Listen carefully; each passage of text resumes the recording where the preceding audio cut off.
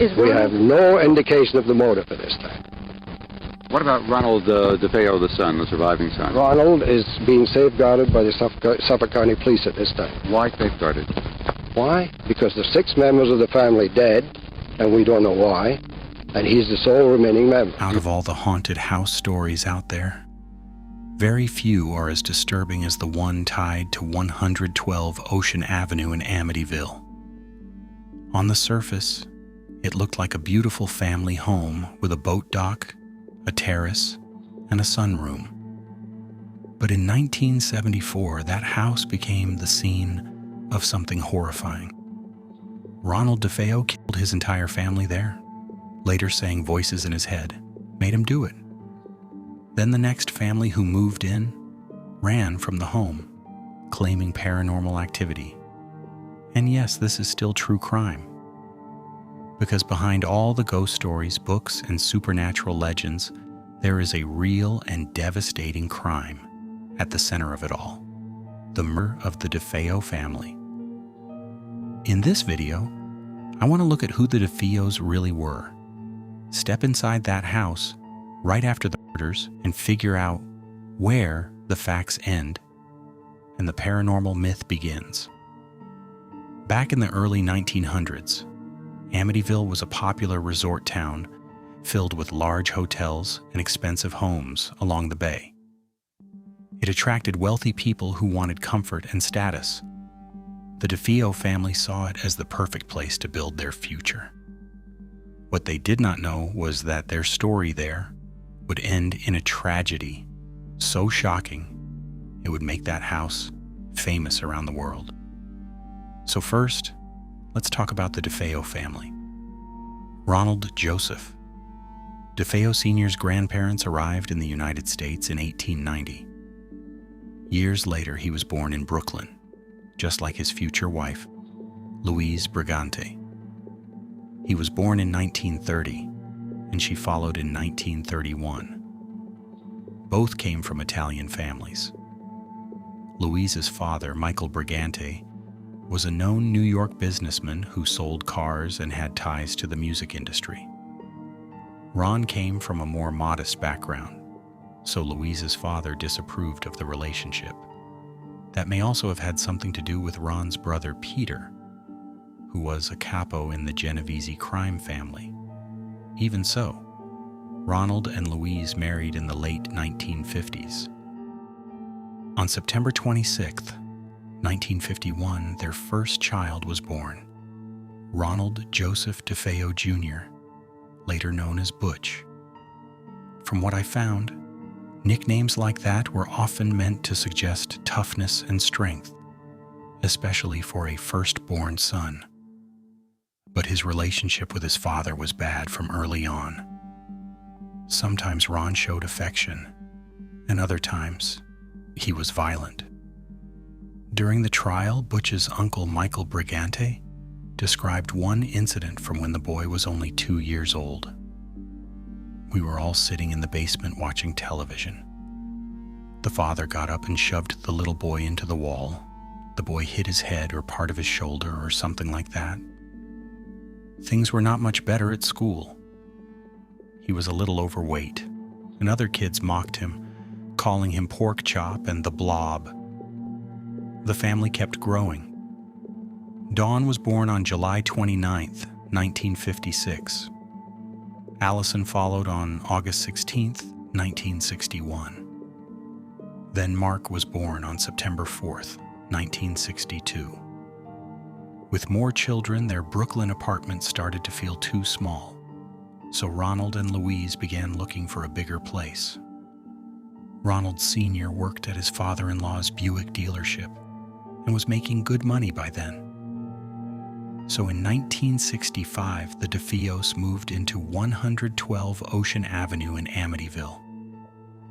For them, it was a dream home. At the time, it was considered one of the finest houses in town, and even today, it is still seen that way. That same year, Louise gave birth to their 5th and final child, John. From the outside, their life looked almost perfect. A big waterfront house, 5 kids, and no major money problems. It looked like the kind of life anyone would want. But there was one major problem in that house: Ronald Sr. And I call him the head of the family because he acted more like a controlling boss than a father. He and Louise argued constantly, and during those fights, he could get physical with her. You know, the usual Italian family fight excuse. As I mentioned, Butch was the oldest son, and he was very close to his mother. He loved her deeply, so all those fights created serious tension between him and his father. As he got older and physically bigger, he stopped quietly putting up with it. According to Butch, there were times when he would snap, feel a wave of rage, and get into physical fights with his dad. Ronald Sr. even took him to a therapist, supposedly to help with his anger. But the therapist found no signs of mental illness, so instead of fixing his own behavior, Ronald Sr. tried a different method: money. He bought 14-year-old Butch a $14,000 speedboat. To put that in perspective, that would be around $130,000 today. But the expensive gifts changed nothing. The atmosphere inside the house stayed bitter, angry, and toxic. Money became a substitute for love, almost like a payoff. Butch wasted his allowance on parties, alcohol, drugs, and other reckless nonsense. And when the money ran out, he stole from his father. By 17, he had dropped out of school and was using hard drugs, including heroin. And this was already someone with a violent temper who seemed to inherit the worst parts of his father. Ronald Sr. got him a job at the family dealership, where Butch was supposed to sell cars. But he rarely showed up, and even when he did, he usually did not stay long. He had little interest in the work and spent more time drinking and using drugs, which only made things worse between him and his father. Outside of work, Butch sometimes did things that went far beyond reckless. One time, while high and out hunting with friends, he pointed a loaded rifle at one of them and just stared at him with a blank look. The friend panicked and ran. Later, Butch casually asked, "Why did you leave so early?" So yeah, that was apparently his kind of joke. Or maybe it was a warning sign, because there were plenty of those before the murders. Afterward, Butch spoke more than once about the violence at home and his constant conflicts with his father. In one story he later told, his parents were arguing again, and his father once more raised his hand at his mother. Butch grabbed a shotgun, loaded it, went downstairs, aimed it at his father's face, and shouted, "Leave that woman alone! I'll kill you, you fat jerk! This is not a bluff!" Then he pulled the trigger. But for some reason the gun did not fire. The argument stopped, and Butch calmly walked out of the room. So by now, I think you understand the atmosphere inside that house on Ocean Avenue. The next breaking point came on February 14th, 1974. That day, Butch and a co-worker were supposed to deposit several $1,000s in cash and checks for the dealership. Instead, they came back more than 2 hours later, claiming they had been robbed. The problem was they could not describe the robber or explain where they had been, so the story quickly fell apart. It became obvious they had taken the money themselves. Ronald Sr. called the police, but Butch refused to give a statement. His father even hinted to officers that he suspected his own son. The next day, when they crossed paths at work, Butch shouted, "You fat idiot, I'm gonna kill you." Then he jumped into his Buick and sped off. And now we get to the night that changed everything. The night 6 people lost their lives, and this house got the terrifying reputation that later turned it into a magnet for paranormal stories. Trying to figure out what really happened inside that house on November 13th, 1974, has never been simple. The story changed multiple times. Some questions still have no answers, and parts of it still do not make sense. So I'm going with the version that seems the most likely. That morning around 6 o'clock, Butch went to work at the dealership. When his father never showed up, he got worried and called the house, but nobody answered. Around noon, he left work and met his girlfriend, Sherilyn. Then, at about 1:30 p.m., they went to the mall, and while they were together, Butch mentioned that he had been trying to call home all day, but no one was picking up. On the way to the mall, Butch and Sherilyn ran into some friends, and around 6 that evening, the whole group went to a local bar called Henry's.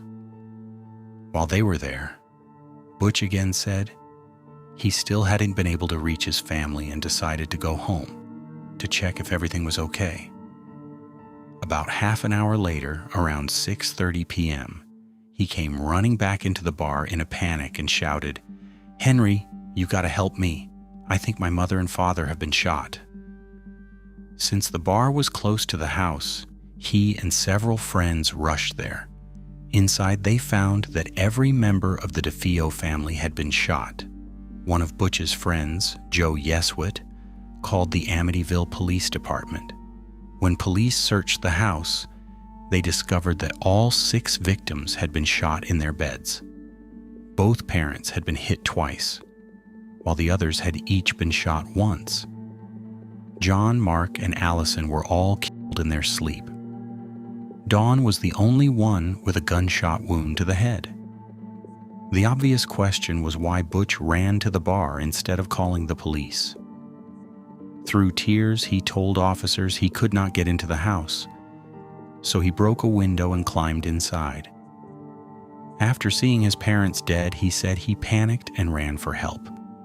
And honestly, in a moment like that, people can act irrationally. Based on body temperature and rigor mortis, experts quickly determined the family had been dead for at least 15 hours before police arrived. That placed the time of death somewhere between 2 and 3 that morning. Officers immediately started questioning Butch. When they asked who might have done it, he blamed Louis Fellini, a known mafia hitman, claiming Fellini had a grudge against his family over an old conflict. Later at the station, Butch gave an 8-page handwritten statement. He said he had stayed up the night before watching Castle Keep until about 2 a.m. Then around 4 a.m., he claimed he walked past the upstairs bathroom, saw his brother's wheelchair by the door, heard a toilet flush, and since he could not sleep, left early for work at 6 a.m. Meanwhile, detectives processed the crime scene and found 2 Marlin rifle boxes in Butch's room, one for a .22 caliber rifle and one for a .35 caliber rifle. It was later confirmed that the murders were committed with a .35 caliber Marlin rifle. Not long after that, Ronald Butch DeFeo Jr. was taken into custody and read his rights. At first, he tried to claim he had only entered the bedrooms after the killings. Then he changed his story and said Fellini had woken him by pressing a gun to his head. But that story collapsed. Eventually, Butch confessed. He admitted to killing his entire family: his father, Ronald Sr., his mother, Louise, his sister, Dawn, his sister, Allison, his brother, Mark, and his younger brother, John Matthew. The most likely version is this. Sometime during the night of November 13th, while everyone else was asleep, Butch sat alone in his room, filled with anger toward his father. Then he took the Marlin rifle from the closet and went into his parents' bedroom. He shot his father twice, then killed his mother. After that, he went into the room shared by his younger brothers and shot each of them once. Then he went upstairs to the room where his sisters were sleeping. He shot Allison first. Dawn was the last victim, and she was the only one shot in the head. And this is where the case becomes especially strange.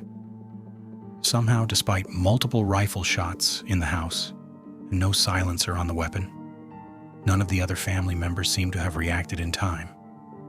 That part still raises serious questions. The next strange detail is the way the bodies were found. According to Suffolk County Police, every victim was lying face down. There were no clear signs that any of them had woken up during the killings. Maybe Dawn did, but even that is not certain. And as unbelievable as that sounds, I actually found the crime scene photos, and for some reason the victims really were lying on their stomachs in bed. Neighbors also said they never heard gunshots that night, even though the rifle was extremely loud. So think about how bizarre this is. In less than 15 minutes, 23-year-old Ronald DeFeo Jr.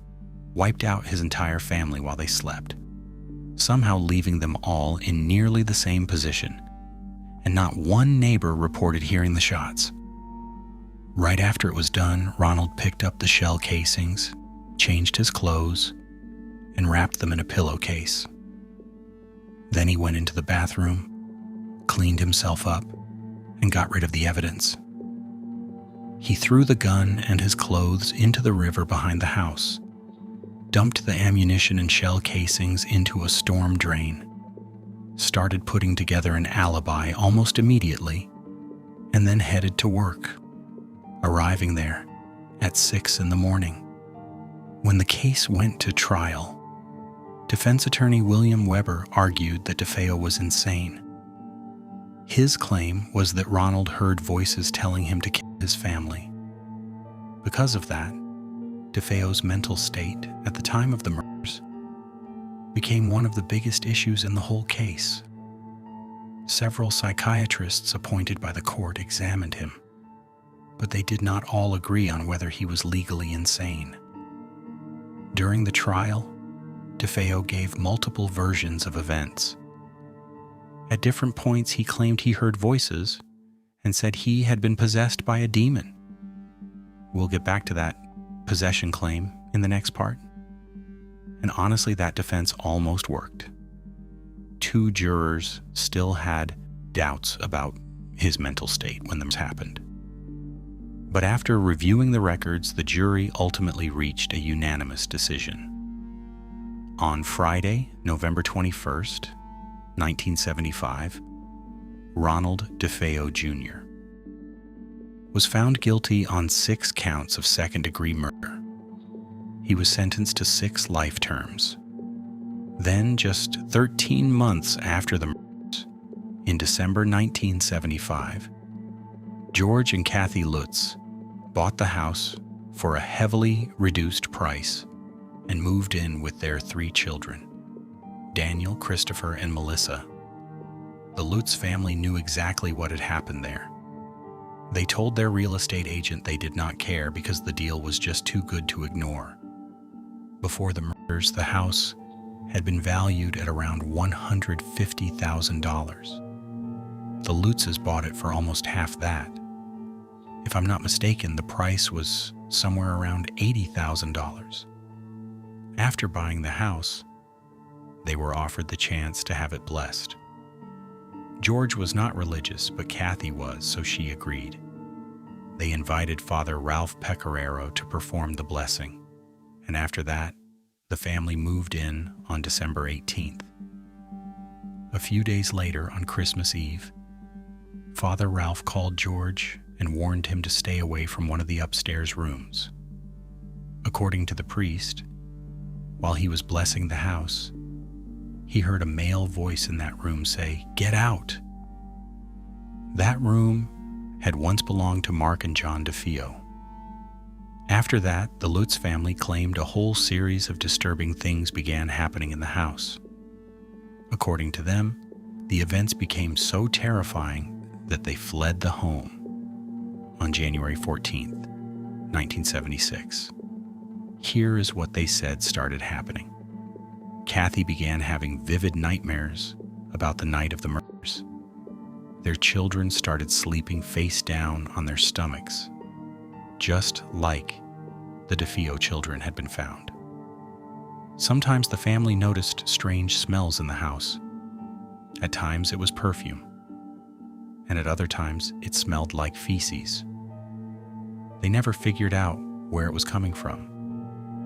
They also said they constantly heard the front door and the inside doors slamming.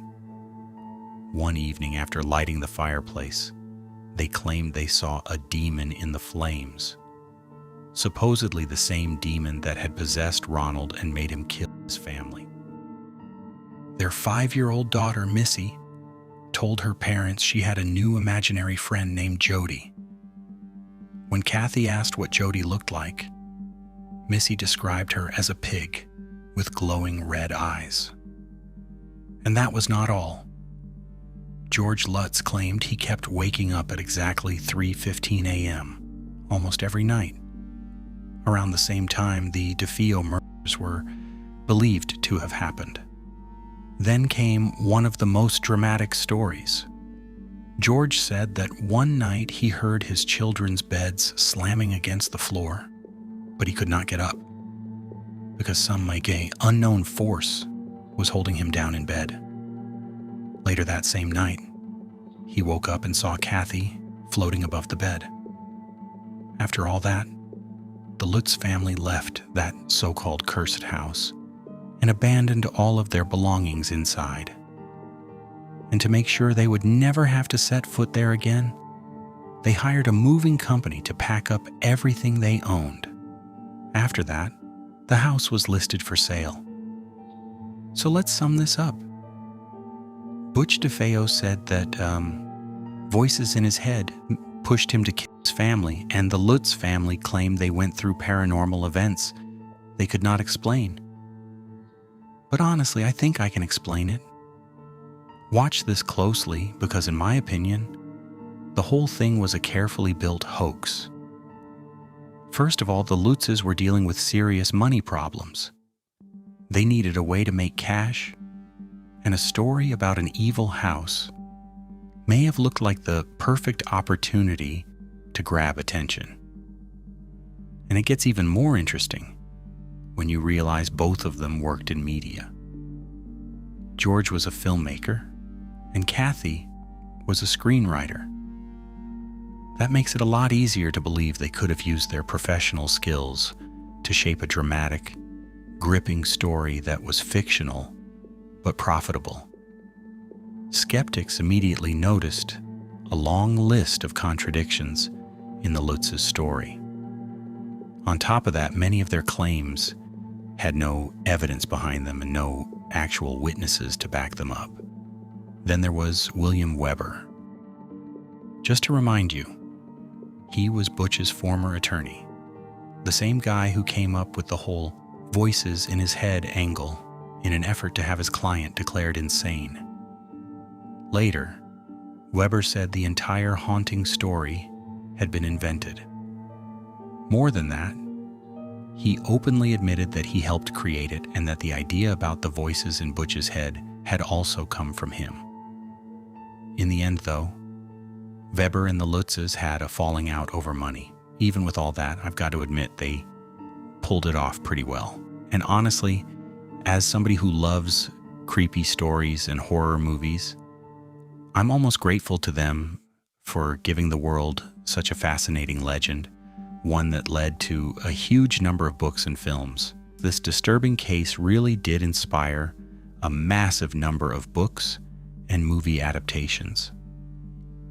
It all started in 1977 with Jay Anson's book, The Amityville Horror, the one that kicked off the whole wave of screen versions.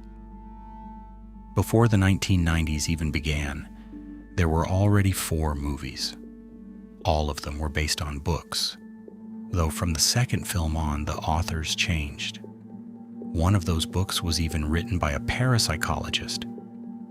After that, the whole thing basically turned into a factory. The word Amityville started getting slapped onto almost any horror project imaginable. Eventually, that led to the remake that introduced the story to a lot of people in the first place.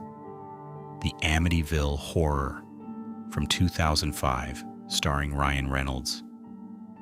And like in many of his movies, he was technically playing George Lutz, but mostly just felt like Ryan Reynolds being Ryan Reynolds.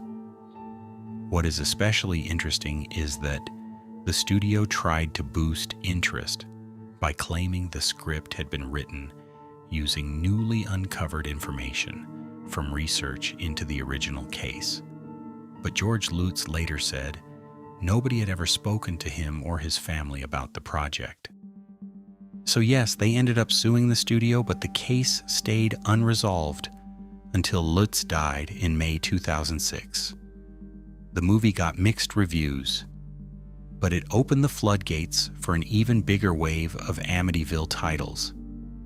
And just so you understand how absurd it became, here are only some of them. The Amityville Haunting, Amityville Asylum, the Amityville Theater, Amityville Vanishing Point, Amityville Terror, the Amityville Exorcism, Amityville Evil Never Dies Against the Night, which was also released as Amityville Prison, Amityville Island, Amityville Christmas Vacation, Amityville Thanksgiving, and Amityville Scarecrow 2.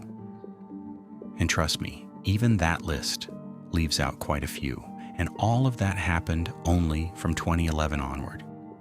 To show you how out of hand it got, some festivals even created awards for the best Amityville movie.